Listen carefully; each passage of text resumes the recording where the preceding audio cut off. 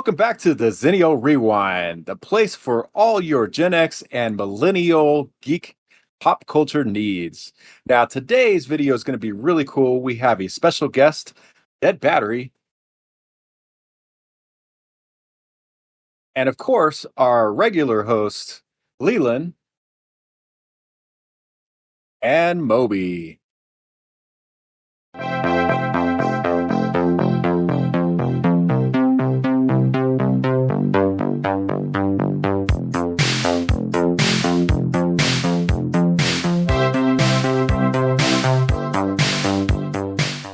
Okay, so monologue today, I have had both this nostalgic burst of joy, but also this horror looking to the future. And what has happened recently is I started to put my retro video game, my physical collection, into a phone app called price charting. Now, what price charting does is give you the average sale price on sites like eBay for your video games, and it's based off of games classified under three qualities. There might be four. There might be one for like VGA graded or something. If so, I forget that. I have nothing that's like that. But the ones that I potentially have are like just the cartridge or disc, complete in box, which is important for the monologue, and also sealed. So I don't care, disc, sealed, whatever. I want to focus today on my experience with complete in box. And I want to start by painting you a picture, okay?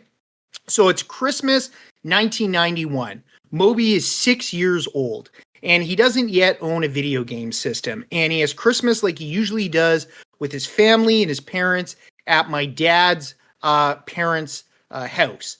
And lo and behold, we open up a brand new Super Nintendo. I'm telling you, people, 1991, opening a Super Nintendo, you're a millennial like I am. It is the most amazing thing in the world. Now, of course, I've got boomer parents and greatest generation grandparents. It's like a bunch of monkeys screwing in a light bulb there as they try to set this thing up for the first time. None of them have any experience with video games. But what do I have? I've got a Super Mario World game cartridge in a box. And I carefully opened that box. I can remember this like it was yesterday, even though, it's been 34 plus years, whatever it's been. And lo and behold, I opened this cartridge, but it's not just a cartridge. It's got inserts for technical information that I need to know, some marketing information about upcoming games. If memory serves, don't quote me on it. I think it was actually for Pilot Wings. And then this beautiful, thick, glossy manual that tells me about playing the game, has lots of pictures of Mario and the various enemies, and it gets me absolutely hyped up and honestly, love it. And from that point forward, my very first game, I read every manual and every insert for the next 25 plus years.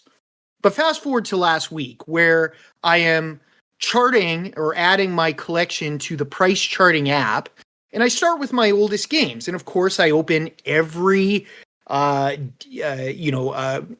disc set or cartridge or box, I should say, to make sure that everything is complete. And for the most part, it is. And it's all like that through the 7th generation, my Wii games. And suddenly I hit 8th generation Wii U. And I open those up, those cases, and what's in there? Just a disc and just a technical insert. And it felt like I was driving a steamroller into a wall or something like that, and that the wall won. And as I open case after case, it just seems so barren. And then after Wii U, I of course moved to the next generation, which is my physical Switch games. And in every single case, you open it up and there's nothing there except just an SD card. Nothing, no inserts whatsoever. And what I did is I started to flip to the back of these cases, and I noticed there was a clear drop in effort to even try to convince people based off the case to buy the video game, which used to be very important. You had to try to get attention from people why you wanted to buy this game off the shelf versus that game. And again, I go back to the word barren. There was just nothing there. And whatever marketing people were working for Nintendo weren't even putting in the effort to do the marketing copy, which is the writing or the pictures for a proper case. All it would say is like superlatives such as, like, join Mario on his newest quest. And that's it. That's all. So I don't know if this is cost savings, which I bet it is.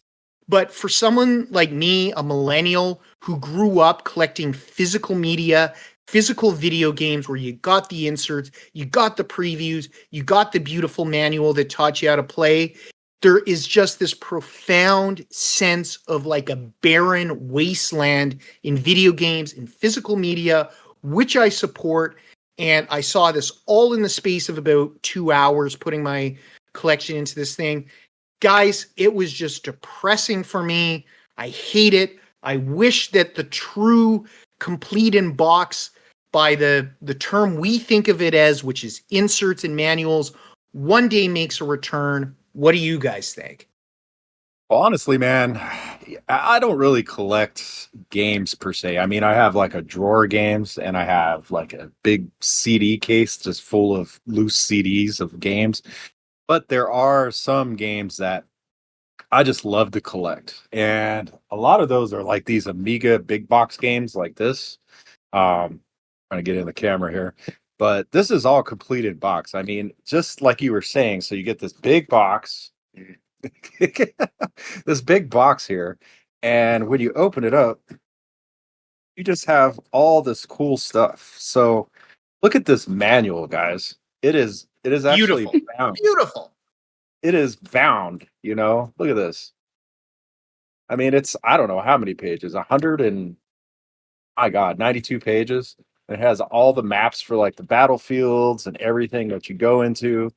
I mean, this is when games were games. I mean, it was just so cool. And of course, you had the anti-piracy wheel. So you had to match up the symbols of what it said. And that way you couldn't pirate games and stuff. But some really cool stuff that, you just don't have anymore. And I think what really caused this whole thing is the advent of the internet. So if you guys have noticed, since the internet came around, we're getting less and less and less inside of our video games, inside of the boxes. And it's to a point now, like Moby said, it's just the disc and a piece of paper, basically, because you can go online, and then you go online, you go to the website for the certain game or whatever, and then it has all this information and has forums and all this other stuff. So I think that's why we kind of lost what is inside of the boxes. And it's kind of unfortunate because it was so cool to open up. Like, I remember like another game, like the Commodore 64 game Pirates by Sid Meier's. That was a really cool game. And it just had this huge map you could put up on the wall, and you knew where you were going because you would follow yourself on the map, taking sun sights and this kind of stuff. And then the manual is thick, just like this one for Our Finest Hour. I mean, just totally thick. And it just had all the stories of all the different gold rushes there were, and all the different pirateers, and just all the different stuff that was just like reading material. You could sit there, and instead of just playing the game, it was like a whole different aspect of it. It taught you more than just what the game was playing. You know what I mean? So, and we've kind of lost that within video games. And it's not just video games, it's movies as well. I mean, if you buy a Blu-ray nowadays, you open it up, and that's basically it. You just get the disc. There's nothing inside. And, it's just crazy. Because back when you bought like a VHS, yeah, it was just the box, but it had all this marketing material on the back, and it would tell you this. And then sometimes you would open it up, and it had the case, and then it had more marketing material inside. So you had like, oh, check out the other movies from TriStar Entertainment or something, I mean, that's just a lost thing these days, unfortunately, with, what's going on with streaming, because physical media is basically kind of going away. I mean, we're streaming music, we're streaming movies, we're streaming video games now. So unfortunately, I think we're seeing the death of physical media. But we do have a bright hope, and that's Gen Z, because honestly, they love physical media. And I think if they keep trying to push it, maybe people, the higher ups that do all this marketing will see that, and we might see a resurgence of it. So I don't know. We'll see. I mean, Leland, what's your thoughts on that, man? Well, I'm as big a fan as any of us here of the old thick and glossy, as Moby likes to put it. But even that being said, I'm just completely moved away from buying physical media of any type except my board games, which obviously the very nature of a board game needs to be physical. I don't remember the last time I got a physical copy of a video game, whether it's the latest hotness or something a little older. I mean, obviously the advent of Steam makes picking up games, at least on the PC platform, just ridiculously easy. But as far as like my PS5 or even my fiance Switch 2, like it's just digital downloads now. It's just the easiest thing. I don't have to leave the house. I don't have to go to deal with the shitty GameStop, which is, I mean, I bitched about this many times, I think on the T-Hud podcast, that the GameStop is about 5% video games now and 95% Funko toys. So there's no reason to go into a fucking GameStop anymore, which is the reason that they're dying. And obviously that's a huge part of that's a problem too, right? Like obviously I agree that this lack of physical media, totally cost savings. And the thing about the Gen Z you brought up, though, like, are they really going to choose to not purchase something that isn't available physically, right? Like, as part of this like boycott, or like, if the choice is between digital or physical, yeah, maybe they'll lean to the physical. But if the choice is only digital, I don't think they're not buying it because it's only available digitally, you know. So I don't know if it's really going to solve much, but even a little bit of demand can prompt a new supply, I guess. I mean, it's interesting hearing your perspective there, Leland. It's just, I guess maybe the nostalgia that I feel you just don't necessarily care about. Exactly. You're like, get over it. Because I will admit, digital downloads are seductively easy. It's so easy to just want to click a few buttons. Dollar signs go out of your bank account, but you're not looking at it. And suddenly you've got, Donkey Kong Bonanza ready to go in about 10 minutes here. And yeah, I will admit it's easy, but there's part of me that celebrates Gen Z in the fact that they want this kind of physical, tactile ownership there. And I don't know. I just, I honestly just feel we're missing something. I guess if I could rephrase what I would want in an ideal world, and I am saying I will not get, is, look, if you're Nintendo, if you're going to go through releasing physical media still, even if it's games on SD cards, like, you've gone 3/4 of the way, just go that past, follow things to the end, and just put a proper manual in there. Fans will appreciate it. I guarantee you, nobody is going to object to have a nicely done manual or inserts with their SD card. I couldn't see a scenario where someone would say, I don't want this. So that's all I'm saying. I have to disagree with that. I see a scenario where somebody's going to say that, and that's the higher up pencil pushers at Nintendo that basically want to make a buck off of just plastic and microchips and not have, people paying people to make these manuals and printing them out and all that. Honestly, it costs quite a bit of money to do that, and them not putting in there is going to save them a ton of cash. But it sucks. It really does. It sucks. I would love to have those big, thick manuals to be able to go through and see, oh, yeah, I do really miss those days. The other thing, specifically for video games, when it comes to having a physical copy of a game, there is no advantage to having the physical copy because I still need to put the disc in and download it to my machine before I can actually play it now. So what's the difference? There's no difference between me getting a digital download versus installing it onto my machine anyways via the disc. Like, what's the benefit for me? There's nothing. There's no benefit as a consumer for me anymore. I don't like, especially like you say, with no additional materials, which I completely agree with you, are just found online. If you need any information about it, you'll find that information 10 days before the fucking game releases, for pizza. You know what I mean? Like, that's how the internet works. Like, if you want it, it's there. Nobody else needs to supply it to you the manufacturers don't need to supply it to you because someone else will, which is also like when we have hobbies like this size and stuff, all those little auxiliary hobbies kind of spawn off of it, right? They're just content creators. And when it comes to more physical stuff like board games, like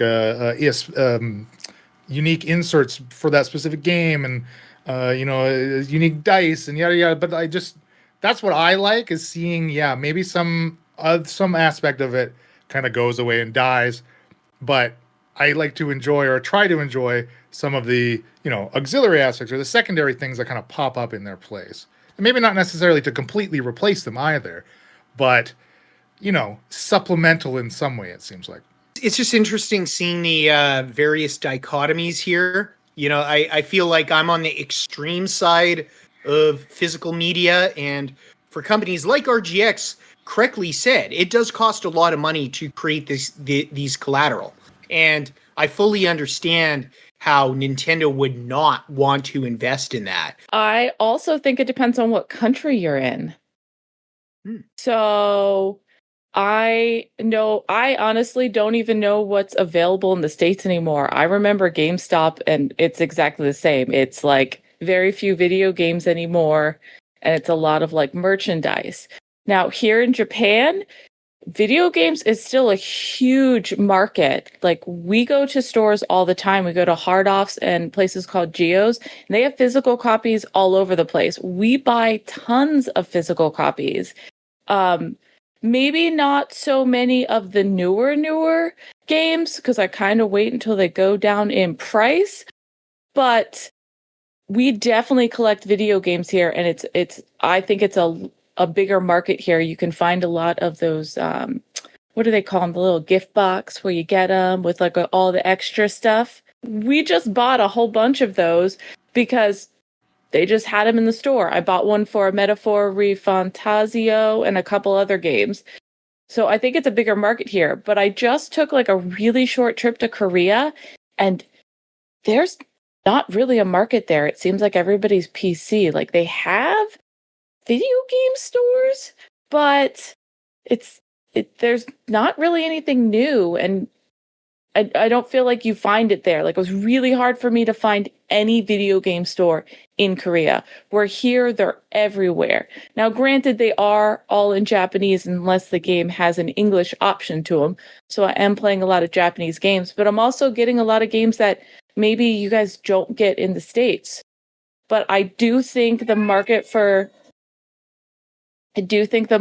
here for video games is a lot better than maybe in the States. So it could depend on what country you're living in. Japan has a huge following as far as collecting games and the different kind of games that they have, as opposed to what we have here in the United States. So I would definitely say that is something too.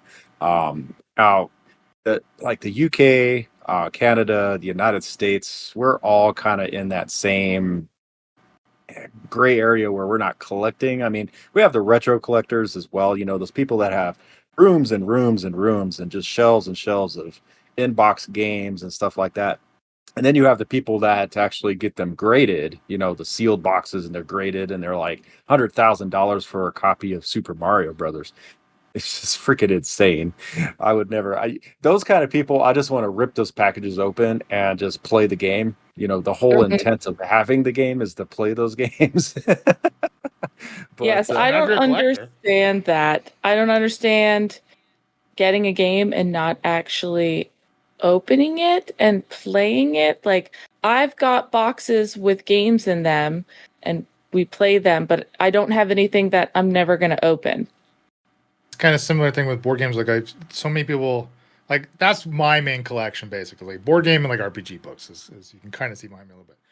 And that's what takes up most of my physical space, which is a kind of another reason where it's like, I got to limit some of the physical things I'm collecting where I can, is kind of maybe also why I lean more towards not being so upset about missing some of this extra physical content. But yeah, some people buy board games and keep them in the shrink and not open them, and just let them sit on the shelf in the shrink. And it's like, what? As soon as I get something, I'm opening it, I'm going through it, and I am enjoying the physicality of that type of product, obviously. So maybe I'm a little hypocritical when I say just kind of get over this stuff, but yeah, it kind of boggles my mind.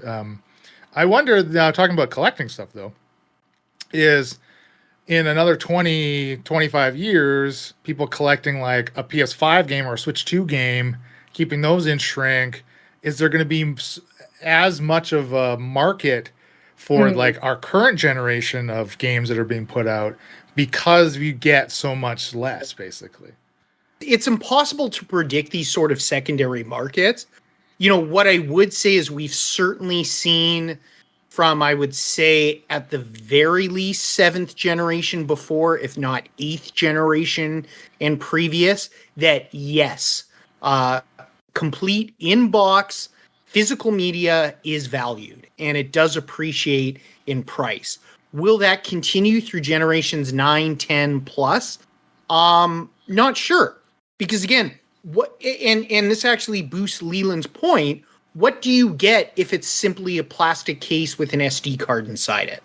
Right? Like, keeping that sealed and let it appreciate for 30 years, is that still going to be worth it to someone at the end of the day? Especially, as Leland said, you still need to download it onto the actual console before you play. So what's the difference? You know, maybe that's the takeaway point from all of this, is that we may be at this inflection point, this turning point where, you know, physical media was superior to a digital download. And we're finally at the spot where, as much as it's hard for a nostalgic millennial like myself to admit, we may be past that point. You know, I'm coming from it from a old school millennial, very much invested in this sort of nostalgia. Leland, you're very much on the opposite end, progressive, understanding the logic of, you know, modern video game economics and how easy, as you told me, yes, Moby, the internet will now give you the same information. Thank you, Leland. And RGX, I feel, is kind of in the middle. He gets the logic and why things have moved in this direction, but he also understands, you know, what the nostalgia was. He seems to understand why we've gone down this path, but also what was so cool nostalgically. So I think this has been an interesting conversation. I think we found a really balanced mix of all sides. But yeah, if you're watching this on YouTube, you know, I'd be very interested if you want to comment or, you know, basically let us know what are your thoughts on physical media and these sort of collateral. Absolutely. All right, guys. So what we're going to do is head on to the second segment. But before we do that, Leland, go ahead and do your call for action, brother. Let me paint you a picture. It's summer, as it is where we're recording, at least in North America. You're out on the back deck, barbecue's roaring, you've got a thick, plump, juicy, thick and glossy hot dog on that grill. Perfectly toasted bun to go with it. And as my hat says, if you are a hot dog, it's a bad day to be one because I will eat you. But it can be a good day for you if you click a subscribe button and ding our dong on that bell and follow us along, leave us a comment, show us a love. Don't be a hot dog, is all I'm saying, okay? Sounds great, man. All right, so we're going to go ahead and get on to the second segment here, where we're going to go ahead and speak a little bit more with Dadbattery, which is a repair YouTuber. She does electronic repairs on everything from old game consoles to laser discs to keyboards, you name it. I've seen her even work on like those light up shoes to see if she could get those working again. So I'd want to go ahead and do a full introduction to Dadbattery. How you doing today? I'm good. How are you? I'm great. I'm great. So I do have a few questions here that I'm sure a few of your viewers would like to know as well. So we'll get started here. So what really got you into doing electronic repair? Honestly, it was a glitch in the matrix, if you say. It was just a random thing that happened. Being here in Japan, there's a lot of electronics. And it just so happened I was looking for a very specific game system, and I couldn't find it. And one day I found it in the junk section, and it had something wrong with it. So I did a little research and found out that this was something that was fixable. I don't know why I decided to look up if it was fixable, but I did. And then it just snowballed from there. And I realized that there was a lot of great things in the junk section that either people didn't want to take time to fix or didn't know how to fix. So it just kept going.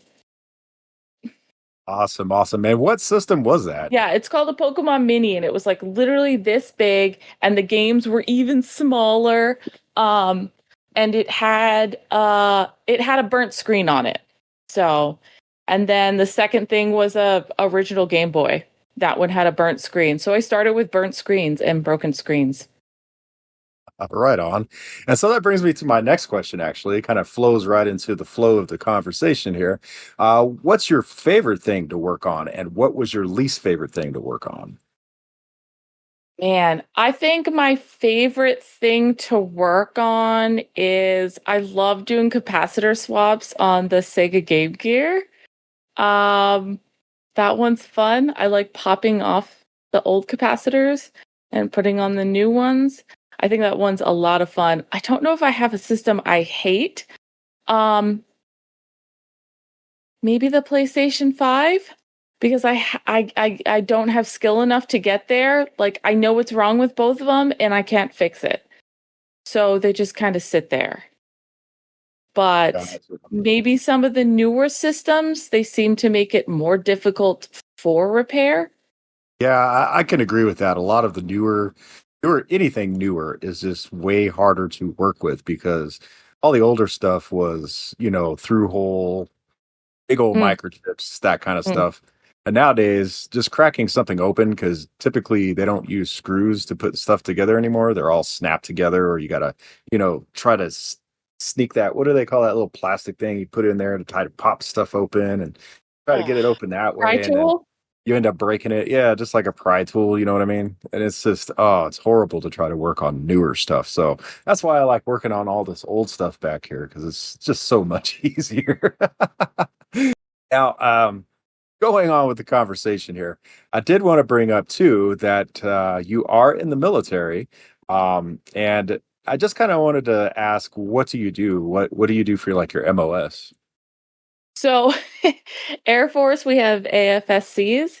So it's like our Air Force specialty code, and I'm coded as a fuels person. Fuels. It's literally just fuels. I'm a 2 Fox, and our job is to drive the big green trucks to the planes and fill them up. But within the job, there are tons of other things you can do. So we also work with cryogenics. We have a lab, which is my main job that I did for many years. Test all the fuel that comes onto base to make sure that it's within specs to go on the planes and in the vehicles. We have our in-house training. We have our in-house quality control. We have our in-house admin. Everything we do for the job is to get fuel on planes. It doesn't sound fancy, and I smell like fuel most days, but it's fun. And what kind of planes do you guys work with? Is it like all types, like fighters and cargo planes? And that's some cool. Specialty codes. Ours is for everything. Yeah, I think that's awesome. Now, you are stationed in Japan. Is it kind of hard to be away from the United States and away from everybody, or do you really like it there? I really like it here. I'm hoping to stay as long as I can. Nothing against the United States. I do miss my family, but luckily I communicate with them pretty regularly. My mom gets a lot of my mail because sometimes I can't ship stuff here to APO. A lot of the repair stuff I have to actually ship to my mom to get it shipped over here. But I do miss some of the conveniences of the United States, where I only had to go to one place to get everything I needed. But I really like it here. I like the adventure of just going around to places. And the food's great. I mean, I can't complain. The food is amazing here. So I like it here. So Yeah, and speaking of Japan, you kind of touched on this a little earlier in the episode, but tell people how cool like stores like Hard Off actually are. So we have a couple stores here. They're called like Hard Off, Off House, or Hobby Off. There's just like, Book Off. Yeah, so we have Hard Off, Hobby Off, House Off, Book Off. And it's like a whole company. So sometimes they'll like mix together. Like you have a store that's like Hobby Off and Hard Off, or like Off House and Hard Off. And they're all secondhand stores. But they also get new stuff in them. So you just go to them, and one of them that we go to, it's Hard Off on one floor, Hobby Off on the top. So the first floor is like all your electronics, and then like half the store is just this junk section, and it's piles and piles of computers, monitors, game systems, controllers, random cords that you need for stuff. Anything you can think of, it's sitting over there in the junk section. Some stuff's in fancy cases because they kind of know you could probably fix it or it's worth more money, but then the rest is just piled up all over the shelves. And then the other half is like all electronics you can buy, tools, monitors, refrigerators, AC units. I saw a 3D printer in there, headphones, and then tons and tons of games of like any kind. Old, retro, and then new stuff as well. And then you walk up the stairs and it's Hobby Off, and it's just shelves of figures.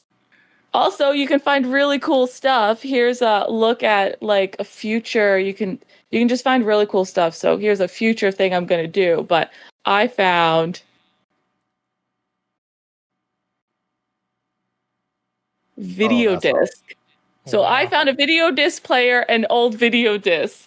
So like the most random insane. stuff you can think of are just there. So the stores are amazing. I love them. Yeah. I'm gonna go ahead and pick the low hanging fruit here and say there's a easy spin-off store called for, but if it's gonna be secondhand specifically stores, maybe that won't work as good. So maybe that's You know what? It was really weird to like go into the store and just like tell people like, yeah, there's a store here called Hard Off. And they're like, what? I'm like it's a video game store. Don't worry about it. But yeah, they've got everything: figures, musical instruments, computer parts. They sell fixed systems. They also sell all the junk systems. So that's where I go to find broken things or pieces of things. Like I said, cords. I've gone in there looking for a specific cord for something, and I found it there for $1. I've got a comment and a couple questions for you there, Dadbattery. First of all, when it comes to aviation, military aviation, I'm big into that. A couple years ago, I went to the Abbotsford Air Show, which is local to myself and Leland, major North American air show. The two top pilots were both female, including one of them who was an F-35 test pilot. And she absolutely blew my mind because when she was resetting her demonstrations, she would actually stop the plane in midair, drop it close to the runway, and then somehow fly it horizontally and then just carry on with her maneuver. And, was absolutely so, it's awesome that you're doing that job with fuel and analyzing everything. I just think that's totally cool. My first question would be, though, you're mentioning the small Pokemon console that kind of got you into this whole repair thing, but were you mechanically or electronically inclined as a kid? Like, was this something you were into when you were young, and just kind of picked up later, or was that small console really the start? I don't know. I was not at all anything about electronics or anything like this as a young person, as a kid, as a young adult. I had a Game Boy growing up, and I played a Digimon game on it. It was like Digimon Dungeons. I still have my original one. And then I bought a GameCube when I got older, and that was it. No, I was never in electronics. This was never a thing I thought I was going to get into at all. I think coming to Japan, and seeing that there was stuff broke, that I could fix it. I think it was just a curiosity, like, can I actually fix something? Is this something I am capable of doing? And I have to give a lot of credit to my husband, because he was like, yeah, why not? Like, I don't see why you can't fix this. And like, there's a lot more things that I am confident and that I do. Like, I found the 3D printer on the side of the road. Not something I probably would have picked up, but I found 2 of them now. And now I can 3D print stuff. And we have a welder, and I'm going to learn how to weld properly. I did a little bit of it in art class. I mean, I was the art student, so I was a builder and sculptor and stuff like that. But I knew I wasn't going to make any money as an artist. So I moved on to a different career. But I'm learning things. Like, I'm learning about our cars now and fixing them. Like, I rewired the whole sound system in his car. I put new shocks in my Jeep. Like, I'm learning to do things. And I think the start of it was fixing the video game and going, I can actually do this. Like, okay, like, I'm going to go find random things to fix, like the sneakers. I bought those in Korea for like $3. And if I didn't fix them, I had a pink pair of sneakers. But in the off chance that I could fix them, I'd also have light up sneakers. So, yeah. That's awesome. No, that's seriously awesome how you organically kind of fell into this and you're succeeding with it. My follow-up question, my second question is, we've actually had you on the show once before. I'm not sure if it was the first iteration of the show that just lasted a few episodes, but this is your second time. So my question is, are there any projects that you're currently working on, maybe that you've taken up in the last 2, 3, 4 months that you're working on right now? Working on as in like what I'm repairing? What new things am I working? Oh yeah, I've got. So in my videos, you can never see below here because usually my floor and the rest of my desk area is taking up with tons of stuff. So I did end up finding another laser disc, and I want to see if I can get it working. And then I also found this video disc, and I got to figure out if that works and how that all comes together. But I've got a couple more things that I'm working on that I don't necessarily know how to fix yet. And I know I've talked to Retrogamer Gen X about a couple of them, like, hey, how do you do this? But I have a Jaguar that is missing some capacitors on the back of it due to maybe some error of mine where I slipped and knocked a couple off, and I need to figure out what they were to replace them. And the Panasonic Q has been the bane of my existence right now. I really want to get the Panasonic Q working, but I've got tons of stuff in the background. I've got a friend's laptop I'm working on. Once again, waiting on parts because I can't get them shipped here. So I have to get them shipped to my mother, who I love. And thank you for shipping everything to me. And just anything to get a hold of. What else am I working? I don't know. What am I working on? Man. Oh, my friend gave me a cooler, an electronic cooler, like a big one that you can put in your vehicle or carry around. You plug it in and it keeps everything cold, and it stopped working. So I'm going to try to see if I can fix that for him. So just random stuff.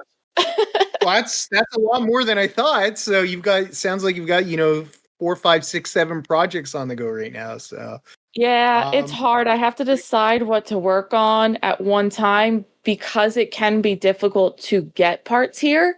Like capacitors I can get. I can go to the computer store. They're not open on the weekend, so I have to wait till I have like a easy day. I can go to the capacitor store and pick up parts there.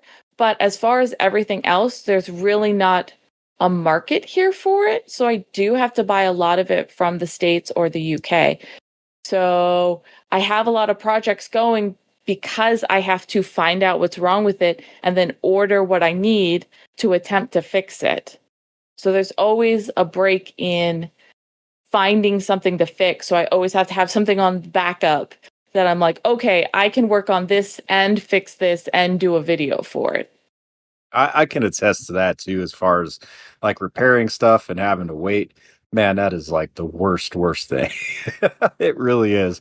And in Moby, I knew you were going to bring up the fighters and the jets and stuff like that because I know he loves that. I don't know if you saw his picture in the flight suit. Absolutely did. Really cool. That's going to bring us to the end of the show today, guys. So I've had a real good time chatting with Dadbattery today. Just wanted to thank you once again for appearing on the show. Absolutely. Thanks for having me. And Leland, why don't you go ahead and do your call for action, brother? If today's episode has taught me one thing, it's how we can tap into the Japanese market. Now, stick with me because we need to rebrand a little bit of.